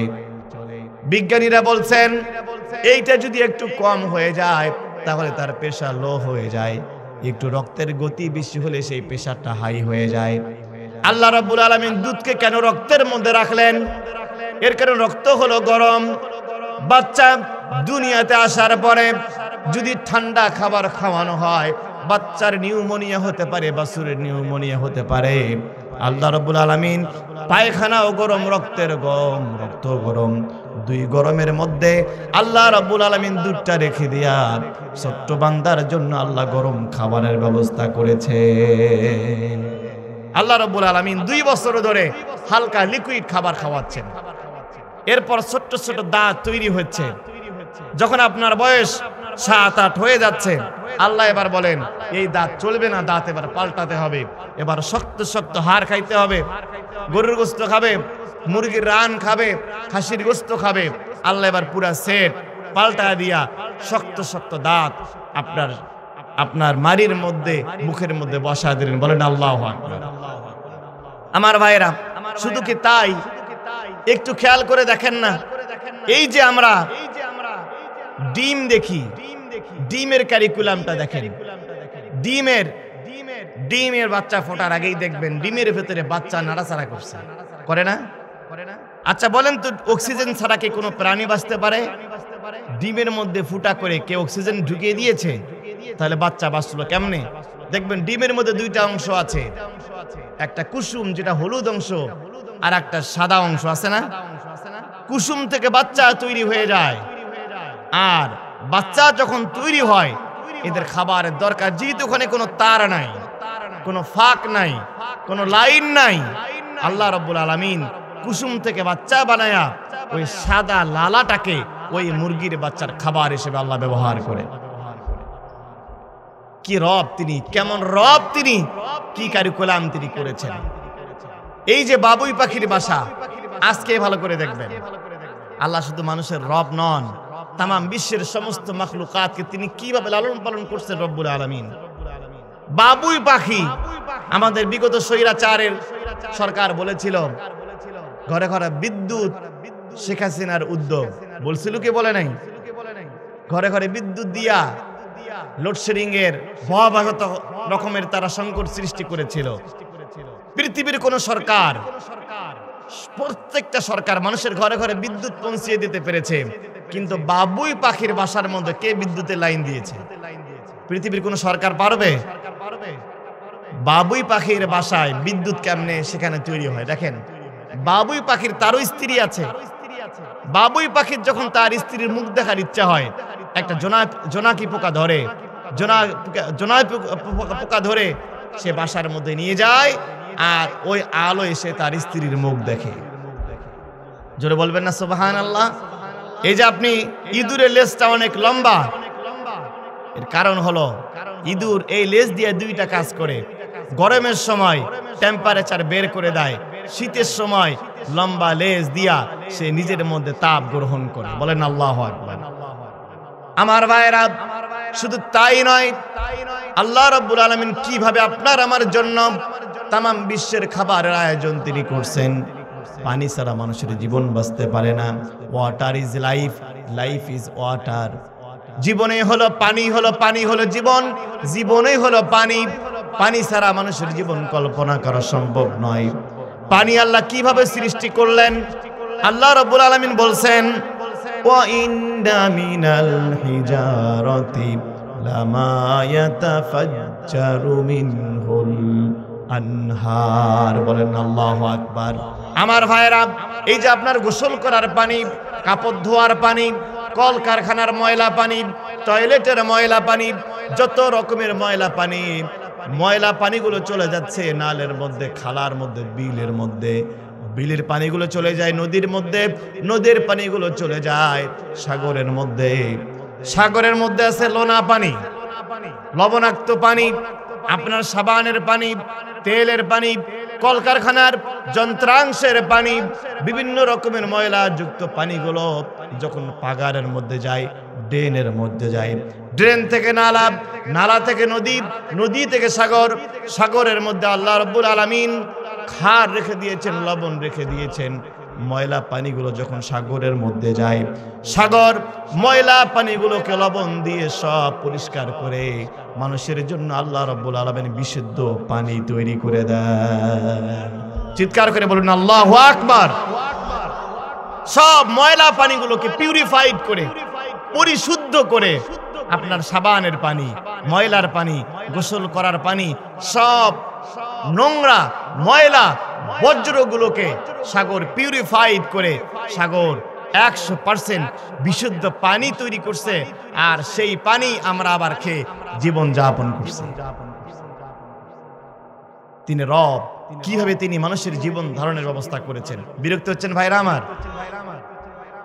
পানি কিভাবে সৃষ্টি হলো? মুসা আলাইহিস সালাম কোন একদিন আল্লাহর সাথে দেখা করতে যাবেন।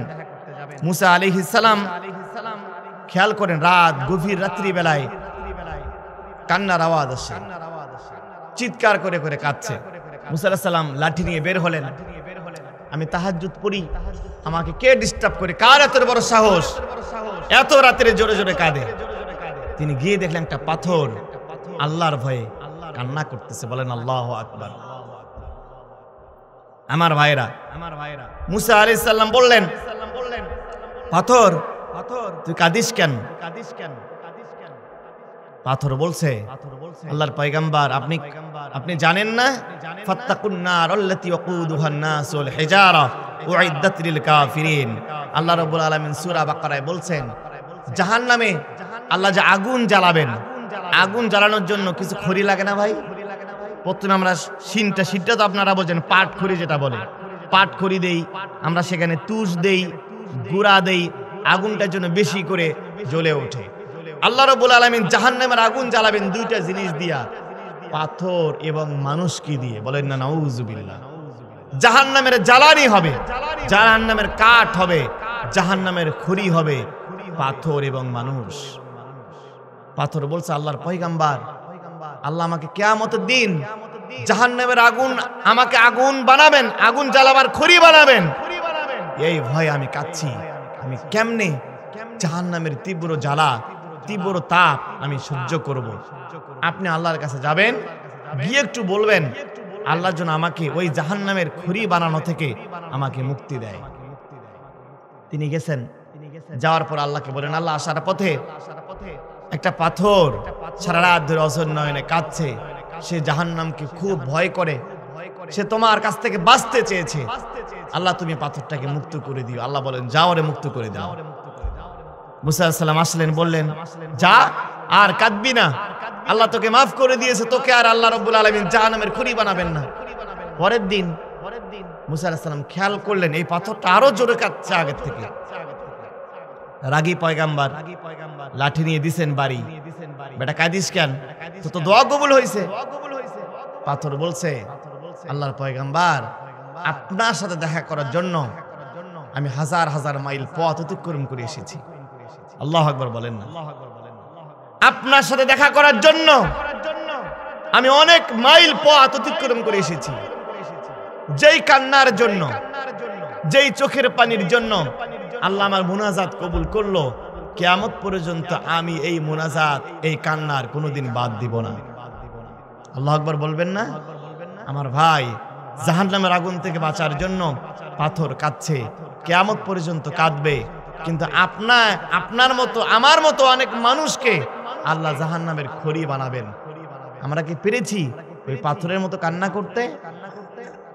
এই যে পানি, এত সুন্দর পিউরিফাইড মিনারেল ওয়াটার পানি পান করছেন, জানেন না এই পানি তৈরির উৎসটা কি আল্লাহ বলছেন কোরআনে?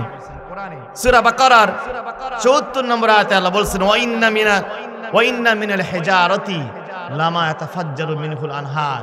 ওই তো বললাম সাগর থেকে নদী, নদী থেকে নালা, খাল, বিল। এবারে দেখবেন প্রত্যেকটা নদী তৈরি হয়েছে ঝর্ণা থেকে। এটা আপনারা জানেন কি জানেন না? প্রত্যেকটা নদীর তৈরি উৎস মূল হচ্ছে, সোর্স হচ্ছে ঝর্ণা, আর ঝর্ণা তৈরি হয় পাথর থেকে। পাথর কাঁদছে, পাথরের চোখের পানিতে আল্লাহ ঝর্ণা সৃষ্টি করছেন, সেই ঝর্ণা থেকে সাগর, সেই সাগর থেকে নদী, আর এই পানি খেয়ে আপনি বাঁচতে পারছেন, পৃথিবীর কোটি কোটি মাখলুকাত বাঁচতেছে। মূলত এই পানিটা হচ্ছে পাথরের কান্নার পানি। পাথরের কান্নার পানি, কিয়ামত পর্যন্ত পাথর কাঁদবে জাহান্নামের আগুন থেকে বাঁচার জন্য। আপনার আমার মতো মানুষের কোনো হুঁশ নাই। আমার ভাইরা, আল্লাহ রাব্বুল আলামিন তিনি হচ্ছেন লালন পালনকারী। তিনি বান্দাকে কিভাবে তিনি লালন পালন করছেন বান্দা চিন্তাও করে না। আমার ভাইরা, এরপরে মহান রব্বুল আলামিন, রব শব্দের তৃতীয় অর্থ হচ্ছে তিনি আমাদের মালিক। আল্লাহ আমাদের কি মালিক। প্রত্যেকদিন নামাজের মধ্যে আমরা তেলাওয়াত করছি, সবাই আমার সাথে পড়েন, আলহামদুলিল্লাহি রাব্বিল আলামিন আর রহমানির রহিম মালিকি ইয়াউমিদ্দিন। তিনি হচ্ছেন বিচার দিনের মালিক, তিনি হচ্ছেন বিচার দিনের মালিক। আল্লাহ রাব্বুল আলামিন কোরআনে বলছেন, ওয়াজিআ ইয়াউমাইযিন বিজাহান্নাম।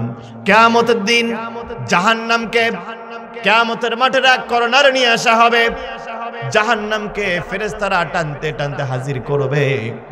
মাওলানা আশরাফ আলী থানভী রহমাতুল্লাহ আলাইহি বলছেন, জাহান্নামকে ফেরেশতারা, জাহান্নামের ৩০,০০০ মাথা থাকবে, এক একটা মাথার মধ্যে ৩২টা করে দাঁত থাকবে। এক একটা দাঁতকে ধরার জন্য প্রায় ৭০,০০০ করে ফেরেশতা এক একটা করে এক একটা জাহান্নামের নাক ধরে টানতে থাকবে। জাহান্নামকে টেনে হেঁচড়ে, জাহান্নামকে টেনে হেঁচড়ে হাজির করা হবে কিয়ামতের মাঠে। কিয়ামতের মাঠে যখন হাজির করা হবে, আমার ভাইরা, জাহান্নামকে আর ফেরেশতারা আটকাতে পারবে না। এক পর্যায়ে ফেরেশতাদের হাত ফসকে যাবে। জাহান্নাম চতুর্দিক থেকে মানুষকে আক্রমণ করতে থাকবে। নবীরা পর্যন্ত ছুটতে থাকবেন। মুসা আলাইহিস সালাম তিনি আল্লাহর ভয়ে আল্লাহর আরশের পায়ে ধরে কাটতে থাকবেন। এমন সময় মহান রব্বুল আলামিন তিনি বলবেন, ইয়া দুনিয়া আইনা আনহারুকি, হে দুনিয়া, আজকে কোথায় তোমার বড় বড় নদীগুলো কোথায় গেল? কোন নদী আজকে নাই। আল্লাহ বলবেন, ইয়া দুনিয়া আইনা জিবালুকি, হে দুনিয়া, বড় বড় পাহাড়গুলো আজকে কোথায়? ইয়া দুনিয়া আইনা আশজারুকি, হে দুনিয়া, বড় বড় গাছ ছিল তোমার মধ্যে, আজকে গাছগুলো কোথায়? দুনিয়া কোনো কথা বলতে পারবে না, সবাই সাইলেন্ট হয়ে যাবে, সবাই নীরব হয়ে যাবে, কেউ কোনো কথা বলার সাহস করবে না। আল্লাহ বলবেন, ইয়া দুনিয়া আইনা মুলুকুল আরদ, স্বৈরাচার জালেম, আজকে স্বৈরাচারীরা কোথায়? জুলুমকারী জালিমেরা আজকে কোথায়? ইয়া দুনিয়া আইনাল মুতাকাব্বিরুন, অহংকারী এমপি মন্ত্রীরা আজকে কোথায়? কারো কোনো জবাব নাই। ইয়াউমা ইয়াকুমুর রূহু ওয়াল মালায়েকাতু সাফফান লা তাকাল্লামুনা ইল্লা মান আযিনা লাহুর রহমান ওয়া ক্বালা সাওয়াবা। সেই দিন কেউ কোনো কথা বলার সাহস করবে না। অথচ আমাদের দেশের কোন কোন পীর সাহেব বলে তার দাদা হুজুর নাকি কিয়ামতের মাঠে তারা জাহাজ নিয়ে হাজির হবে। এরকম পীর সাহেব আছে না নাই? আমার ভাই, আপনাদের বলতে চাই, মনে রাখবেন, একজন সন্তানের জন্য সব থেকে বড় পীর হচ্ছে তার মা এবং বাবা। কথা বলেন ঠিক কি না? সব থেকে বড় পীর তার মা এবং বাবা। কোথায় পেয়েছেন বন্নামি? পীরের জন্য গরু নিয়ে যায়, পীরের জন্য ছাগল নিয়ে যায়, পীরের জন্য আপেল নিয়ে যায়, কমলা নিয়ে যায়, হাদিয়া নিয়ে যায়। শয়তান মায়ের জন্য বছরে একটা শাড়ি কিনে দেয় না। টাটকা মুনাফিক, টাটকা শয়তান। কোথায় পেয়েছেন ভণ্ডামি? এই যে কোরআন সামনে আছে, বিশ্বাস করেন জান্নাত তাফসীর মাহফিলে নাই, জান্নাত মক্কা মদিনায় নাই, জান্নাত মসজিদে নাই, জান্নাত ইসলামী আন্দোলনে নাই। আল জান্নাতু তাহতা আকদামিল উম্মাহাত, জান্নাত রয়েছে তোমার মায়ের পায়ের নিচে। আমার ভাইরা, জান্নাত খোঁজার জন্য পীরের দরবারে যাচ্ছেন, জান্নাত খোঁজার জন্য মক্কা মদিনায় যাচ্ছেন, জান্নাত খোঁজার জন্য তাফসীর মাহফিলে যাচ্ছেন। মাকে বুড়ি করে কয় আর শাশুড়িকে আম্মু আম্মু বলে ডাকে। বাবাকে জীবনে কোনদিন আব্বা বলে ডাকে না, শ্বশুরকে আব্বু আব্বু বলে ডাকে। বিশ্বাস করেন, আব্দুল্লাহ ইবনে আব্বাস রাদিয়াল্লাহু তাআলা আনহু বলছেন, কোথাও তার বাবা বসে আছে, বাবার সামনে এরকম জোরে কাপড় ঝাড়া দেওয়াটাও জায়েজ নাই। আল্লাহু আকবার বলবেন না? বাবা বসে আছেন, বাবার সামনে লুঙ্গিটা ঝাড়া দিতে পারবেন না। আব্দুল্লাহ ইবনে আব্বাসের বক্তব্য। বুড়া বলা তো দূরের কথা, বুড়ি বলা তো দূরের কথা।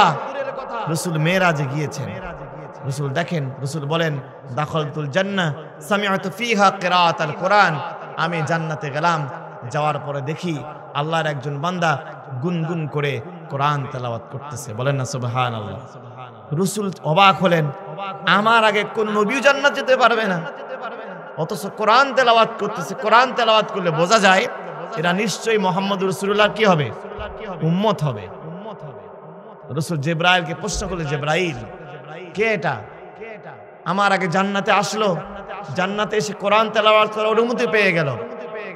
জিবরাইল বলেন, ইয়া রাসূলুল্লাহ, আপনার একজন ছোট সাহাবী, বড় সাহাবী নয়, আবু বকর নয়, ওসমান নয়, আলী নয়, আপনার এক ছোট্ট সাহাবী হারেসা ইবনে নোমান। রাসূল মেরাজ থেকে আসলেন, হারেসার বাড়িতে গেলেন, বলেন, হারেসা কি এমন আমল তুমি করো? আমি মেরাজে গেলাম, দেখলাম তুমি জান্নাতে শুধু যাও নাই, জান্নাতে গিয়া কোরআন তেলাওয়াত করার অনুমতি পেয়ে গেছো। হারেসা কেঁদে ফেলেছেন, বলছেন, ইয়া রাসূলুল্লাহ, আমি কোন আমল করতে পারি না। ইয়া রাসূলুল্লাহ, আমার আপন জন বলতে দুনিয়াতে কেউ নাই। আমার একজন বৃদ্ধা মা আছেন, আমার মা দাঁড়াতে পারে না, আমার মা বসতে পারে না। আমি নিজ হাতে আমার মাকে গোসল করায় দেই, নিজ হাতে আমার মায়ের মাথার চুলগুলো আশ্রয় দেই, নিজ হাতে আমার গায়ে আমার মায়ের আমি শরীরের মধ্যে তেল মালিশ করে দেই, নিজ হাতে খাবার রান্না করে আমার মায়ের মুখের মধ্যে খাবারটা তুলে দেই।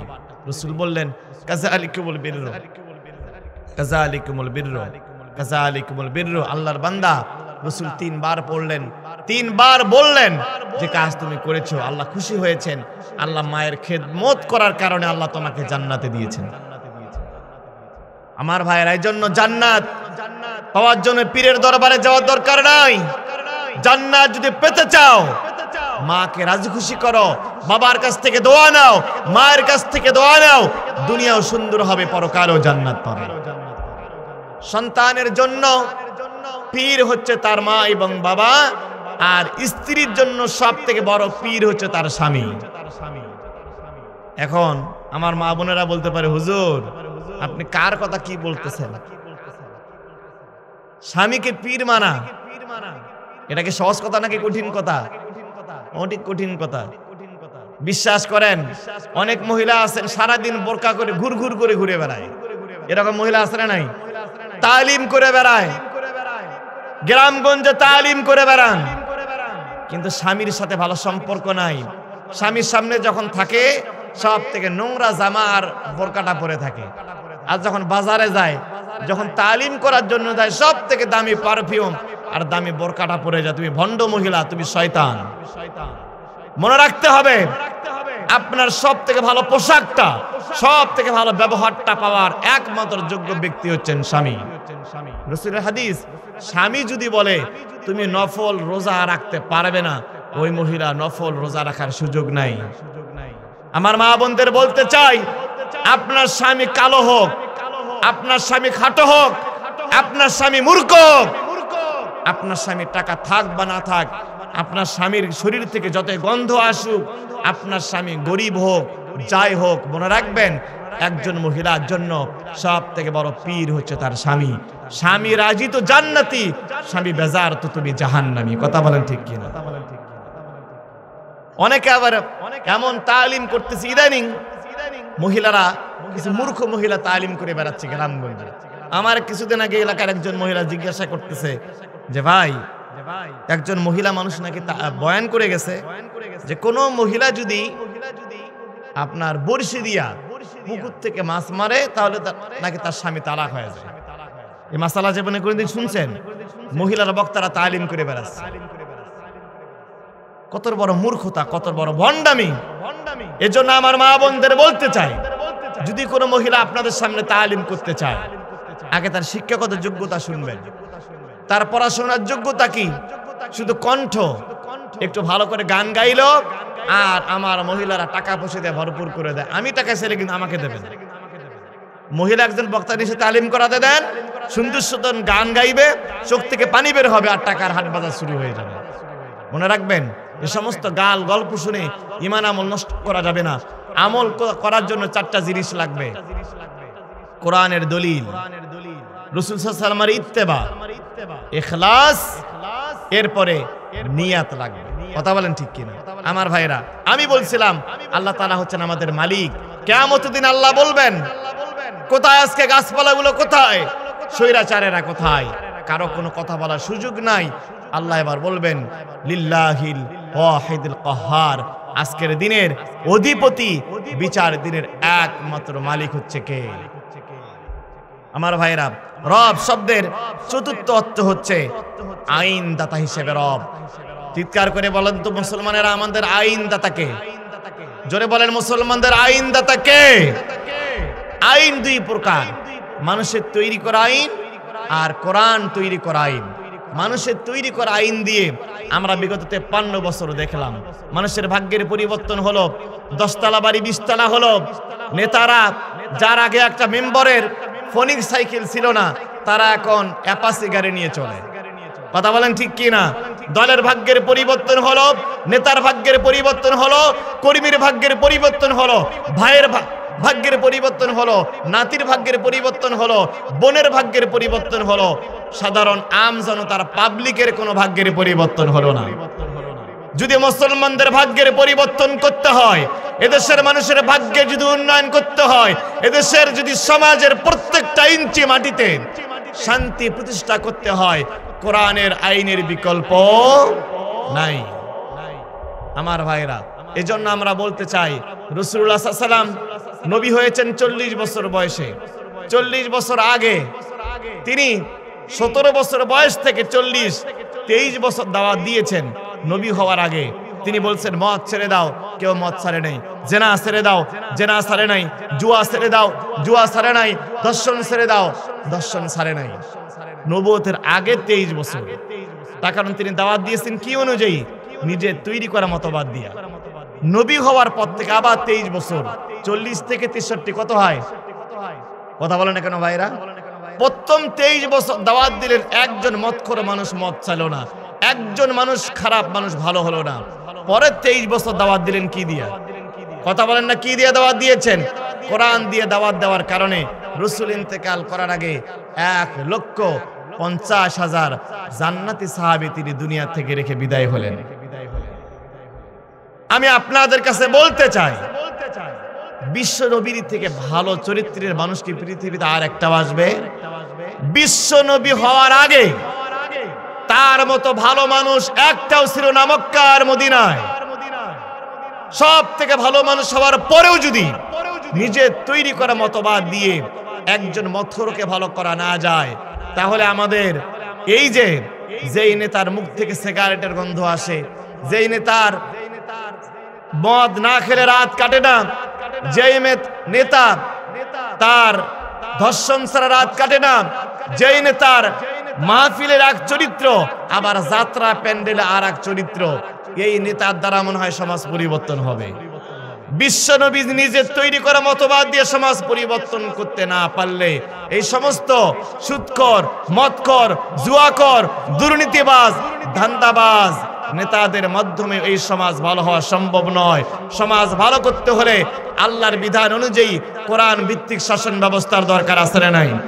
আমি মুসলমানদের বলতে চাই, এই কোরআন ভিত্তিক শাসন ব্যবস্থা আমরা চাই। কারা কারা সেই দুইটা হাত আল্লাহকে দেখাই? নারায়ে তাকবীর। আল কোরআনের আলো, আল হাদিসের আলো, আলেম ওলামা যেখানে, তোমার নেতা আমার নেতা, নারায়ে তাকবীর।